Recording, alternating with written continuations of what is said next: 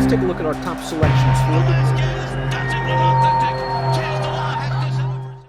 Dan Illman, Mike Beer. The feature race at Del Mar on Friday is race number 7. Let's throw up the field for the Fleet Treat Stakes. 3-year-old fillies going 7/8 of a mile. Again, Calbreds, $175,000 is the purse. This is a pretty evenly matched group, Mike. Fee Fi Pharaoh, the number 1, might end up the favorite. She's really improved in her last 2 starts, but both of those races were around 2 turns. She's the kind of filly that might need a little bit of pace turning back to 7. Yeah, she's definitely going to need some pace. That's her running style, to just sort of sit back and make one run. That's what she's been doing going longer, and it's what she did as a sprinter early on. She's pretty good, though. It seems like she shows up and runs every time. Maybe she's the horse to beat. I don't know. This is a wide-open race. Let's throw up the Timeform U.S. pace projector for the Fleet Treat. Respectfully, the number 3, ridden by Mike Smith, is expected to make the lead. And Timeform U.S. believes this is a blue bar scenario favoring horses on or near the early lead. This horse was claimed for $25,000 in her seasonal debut. Her best asset is her speed. It's a question of whether she's good enough against this stakes group.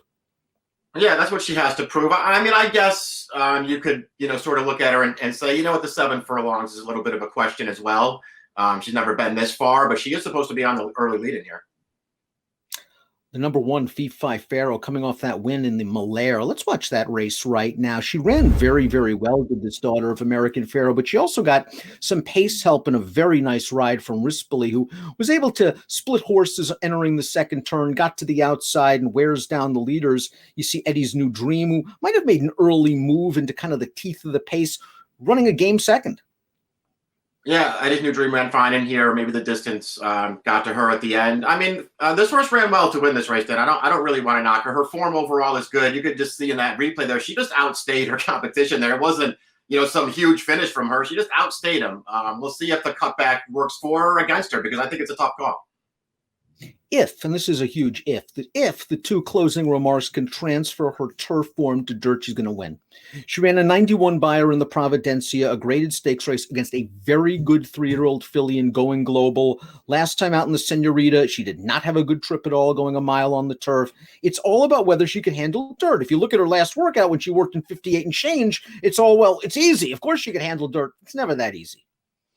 Right. It's not nothing in this game is that easy. I agree with you. If she transfers her form over, she's going to beat this field. I don't know if I want to bet on that proposition. I feel like she's going to be the favorite in here, but I guess we'll see how they wind up betting it. I'll try to beat her if she's a short price, but I have no illusions that she's the best horse in here.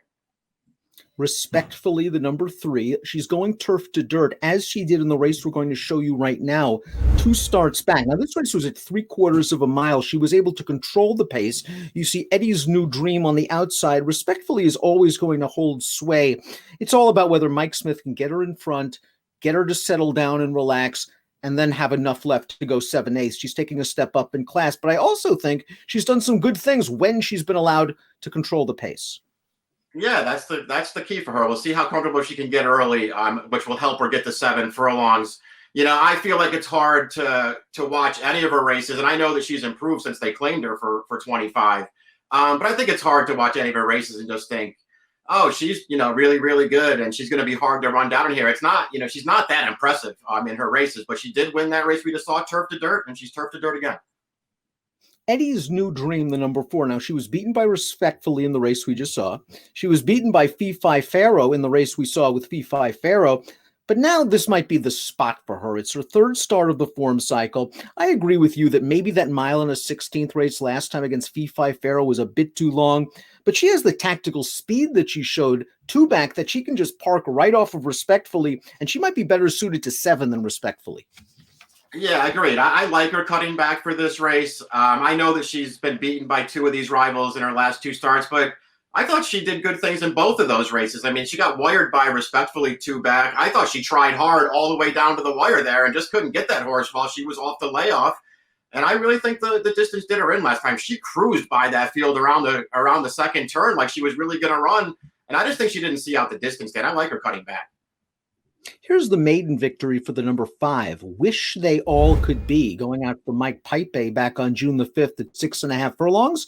She is down on the inside. She waited a little bit in behind horses on the turn, and she comes with a solid run. Lasix is off. The third place finisher from this race came back to win when dropped into a 50,000 stakebred maiden with a 72 buyer.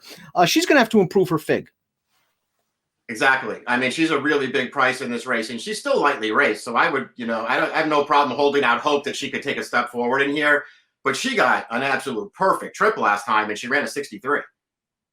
Hard to knock the 6 Joymaker and Victor Espinoza simply because she's already won 5 races. Now, all of those wins have come on alternative surfaces, synthetic, turf. She's 0 for 2 on dirt. But turning back in distance, I don't think we'll see the speed tactics that have been very successful for her recently on the turf. I think she'll sit just off the pace, but she won't be too far away when the real running begins. Personally, I like her better on turf.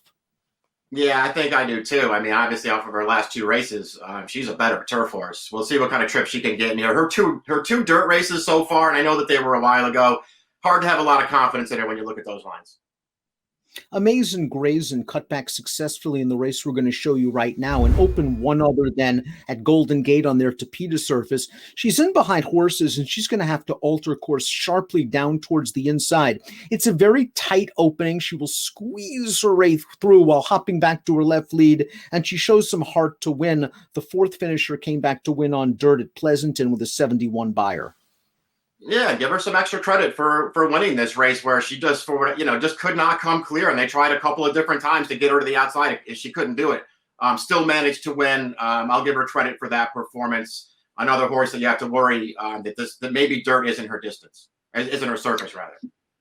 Trainer Mark Glatt taking a shot with the 8 Teddy's Barino, trying dirt for the first time, like the 2 closing remarks. Teddy's Barino ran pretty well last time out, going 3/4 on the turf, considering it was her first start since the summer Del Mar meet of 2020. I'm just not sure I see this tremendous dirt pedigree, but I do respect that Pratt takes the mount.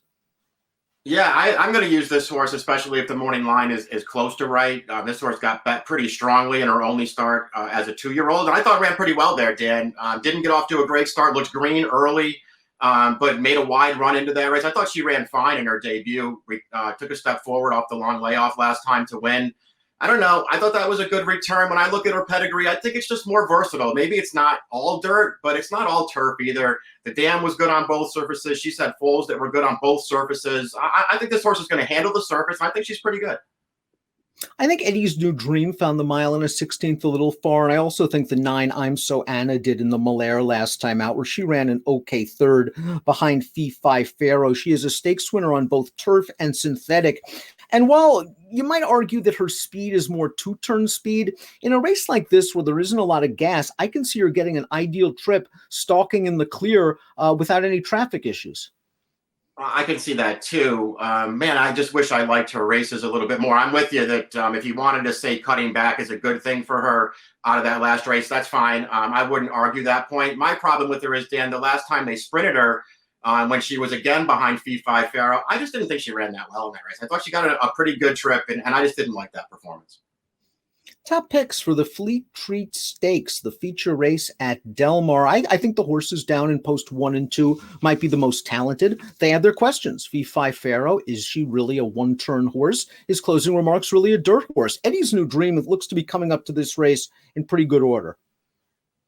Yeah, I think so too. 3rd off the layoff now. I think she's improved in her first 2 starts this year. I really like her cutting back for this race, and I think she could get the right trip as well.